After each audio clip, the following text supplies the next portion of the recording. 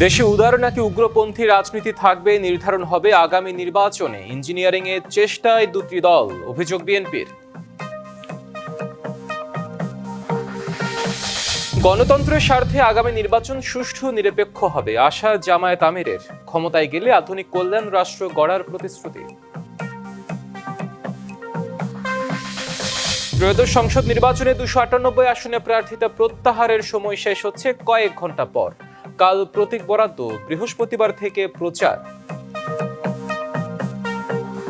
দেখছিলেন Nasir syntax aluminium সংবাদ শিরোনাম। এবার জানাবো খবরের বিস্তারিত। আপনাদের সাথে আছি হিমাদ্রি রাহা। দেশে উদার নাকি উগ্রপন্থী রাজনীতি থাকবে তা নির্ধারণ হবে আগামী নির্বাচনে, এমন মন্তব্য করে বিএনপি নেতারা অভিযোগ করেছেন দুটি দল ইলেকশন ইঞ্জিনিয়ারিং এর চেষ্টা করছে। সরকারের বিভিন্ন পর্যায়ে বৈঠকও করছে তারা।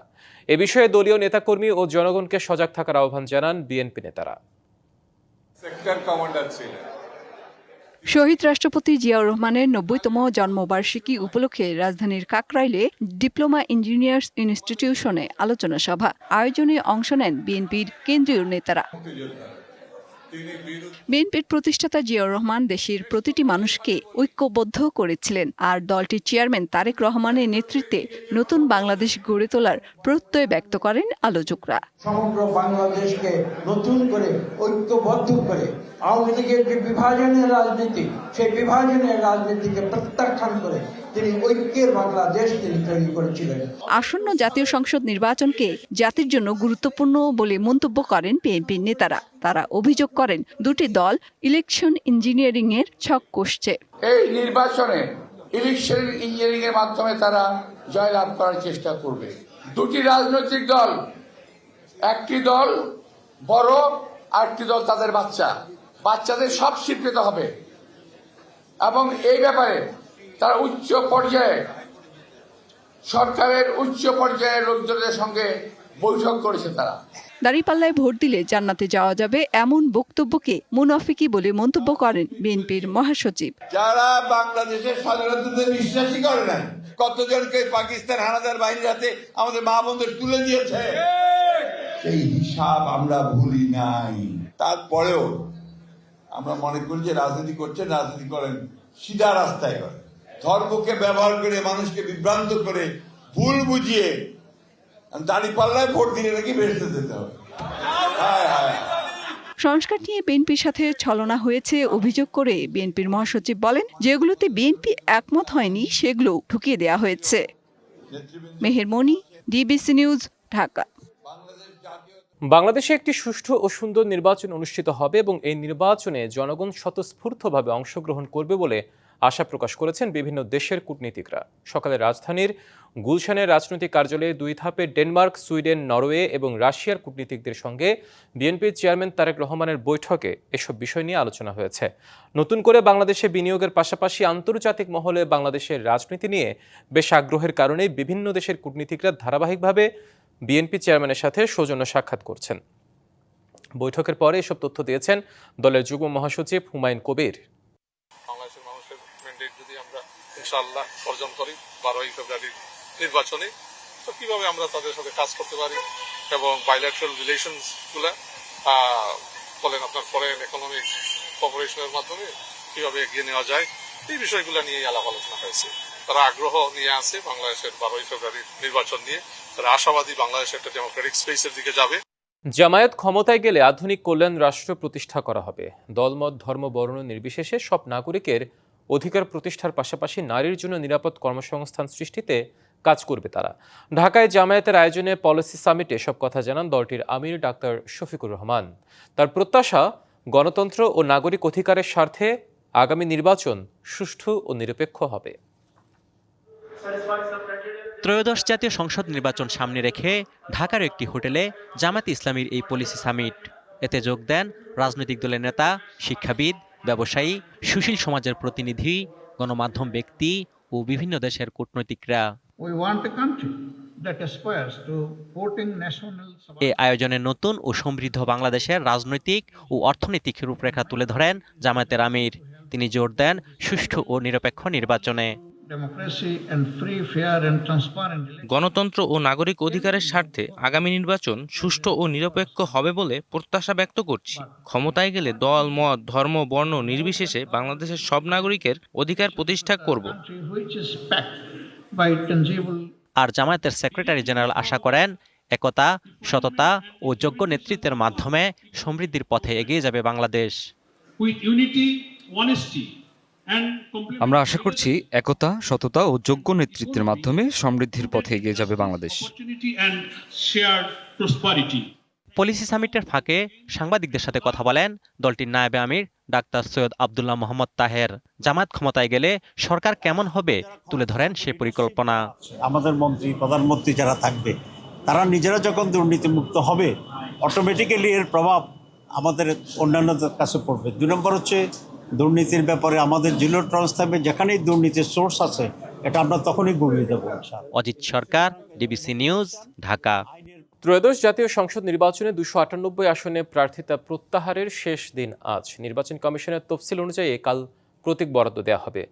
রাজধানীর আগারগাঁও নির্বাচন প্রশিক্ষণ ভবনে ঢাকা 13 ও 15 আসনে প্রার্থীদের রিটার্নিং অফিসারের কার্যালয়ে সকাল থেকে নেই তেমন ভিড়। আর বিভাগীয় রিটার্নিং অফিসারের কার্যালয়ে সকাল থেকে কয়েকজন প্রার্থী তাদের মনোনয়নপত্র প্রত্যাহার করেন। আজ বিকেল পর্যন্ত রিটার্নিং অফিসারের কার্যালয়ে প্রার্থিতা প্রত্যাহার করা যাবে। তবে ইসির নতুন তফসিল অনুযায়ী পাবনা 1 ও 2 আসনে এই সময় সোমবার পর্যন্ত। বিকেলে নির্বাচন কমিশন অডিটোরিয়ামে পোস্টাল বিডি অ্যাপের মাধ্যমে ভোট গ্রহণের বিষয়ে ইসির পক্ষ থেকে বিস্তারিত জানানো হবে। এদিন প্রধান নির্বাচন কমিশনারের সাথে সাক্ষাৎ করেন সুইডেনের রাষ্ট্রদূত।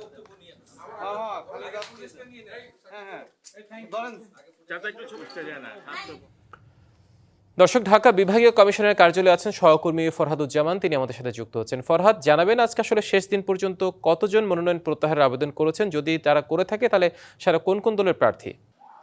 আপনি জানেন যে আজকেই কিন্তু প্রার্থিতা প্রত্যাহারের শেষ দিন। শেষ সময় আমরা দেখেছি এখন পর্যন্ত আজকে 8 জন প্রার্থী তাদের মনোনয়ন প্রত্যাহার করেছেন। এর মধ্যে গতকালকে একজন, আজকে 7 জন। এদের মধ্যে একজন শুধু গণসংহতি আন্দোলনের, তিনি তার পারিবারিক ব্যস্ততার কারণে প্রত্যাহার করেছেন। বাকি 7 জনই শরিক দলের, মানে 10 দলের যে জোট রয়েছে সেই জোটের প্রার্থীরা। এবং এর মধ্যে জামাতের 18 আসনের, ঢাকা 18 আসনের প্রার্থী রয়েছেন। তিনি এনসিপির প্রার্থীকে সমর্থন জানিয়ে প্রত্যাহার করেছেন। বাকি সবাই খিলাফত মজলিস এবং বাংলাদেশ খিলাফত মজলিস এর সদস্য তারা রয়েছেন। এবং আজকে আমাদের রিটার্নিং কর্মকর্তা জানিয়েছেন আজকে এই প্রার্থিতার চূড়ান্ত হিসাব হবে এবং বিকেলের পরেই কিন্তু এই প্রার্থিতার বিকেলেই কিন্তু শেষ হয়ে যাবে।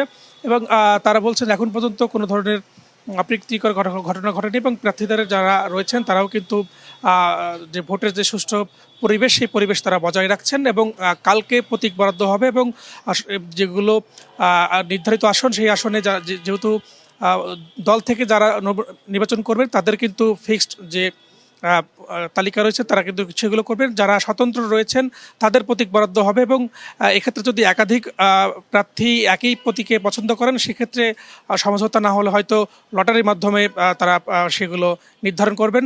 তো এখন পর্যন্ত রিটার্নিং কর্মকর্তা আমাদেরকে জানিয়েছেন 8 জন প্রার্থী আজকে তাদের মনোনয়ন প্রত্যাহারের জন্য আবেদন করেছেন। এর মধ্যে 7 জনই কিন্তু শরিক দলের এবং তারা সরাসরি এসে করেছেন। এখন পর্যন্ত রিটার্নিং কর্মকর্তার কার্যালয় থেকে আমার কাছে এই ছিল সর্বশেষ তথ্য। হিমাদ্রি, ধন্যবাদ ফরহাদ আপনাকে। স্বাস্থ্য সেবা বিভাগ ও স্বাস্থ্য শিক্ষা ও পরিবার কল্যাণ বিভাগ দুটিকে একত্রীকরণের মাধ্যমে স্বাস্থ্য ও পরিবার কল্যাণ মন্ত্রণালয় পুনর্গঠনের প্রস্তাব অনুমোদন দিয়েছে জাতীয় বাস্তবায়ন কমিটি নিকার।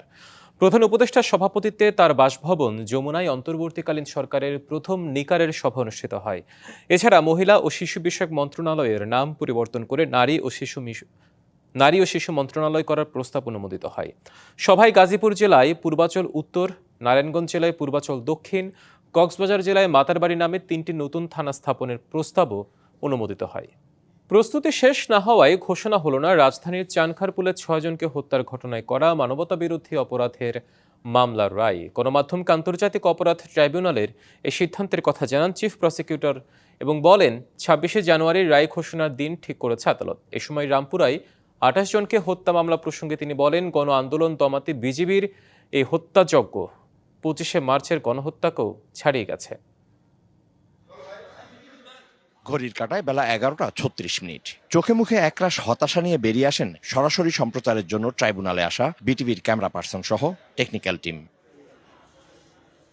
এরপরই পুলিশি নিরাপত্তায় এজলাস থেকে বের করে আনা হয় চাংখারপুরে 6 জনকে হত্যা মামলায় গ্রেফতার থাকা 4 আসামিকে। কিছুক্ষণ পর গণমাধ্যমের কাছে চিফ প্রসিকিউটর জানান, পেছানো হয়েছে রায় ঘোষণা। কেন, সেই কারণও ব্যাখ্যা করেন তিনি। যারা যারা গুলির সাথে সম্পৃক্ত ছিল সেগুলোর ব্যাপারে তিনি বিস্তারিত সাক্ষ্য দিয়েছেন। তাকে জেরা করার জন্য আগামী 25 এবং 26শে জানুয়ারি দিন ধার্য করা হয়েছে। দুটো মাত্র ট্রাইব্যুনাল, একসাথে সব মামলা বিচার হওয়া সম্ভব নয় হয়তো, কিন্তু ক্রমান্বয়ে ধাপে ধাপে বাংলাদেশের যেখানেই মানবতা বিরোধী অপরাধ হয়েছে সেগুলোর বিচার নিশ্চিত করা হবে। এদিন রামপুরায় 28 জনকে হত্যা মামলায় হেফাজতে থাকা 2 সেনা কর্মকর্তাকে হাজির করা হয় ট্রাইব্যুনালে। সূচনা বক্তব্য উপস্থাপন করে রাষ্ট্রপক্ষ। বাংলাদেশ অপরাধীদের ছাড় দেয় না, বাংলাদেশ কোনো অপরাধকে আনচ্যালেঞ্জড ছেড়ে দেবে না। প্রত্যেক অপরাধের বিচার হবে, অপরাধী তার প্রাপ্য শাস্তি পাবেন। এর আগে আন্তর্জাতিক অপরাধ ট্রাইব্যুনালের দ্বিতীয় রায়কে ঘিরে নিরাপত্তার চাদরে মুড়িয়ে দেওয়া হয় সুপ্রিম কোর্ট ও এর আশেপাশের এলাকা। Mizan Ahmed, DBC news, Dhaka. সংবাদ এই ছিল এখনকার মতো। ডিবিসি নিউজের সংবাদগুলো পড়তে ভিজিট করুন dbcnews.tv আর ভিজিট করুন ডিবিসি নিউজের ফেসবুক পেজ এবং ইউটিউব চ্যানেল। সঙ্গে থাকুন।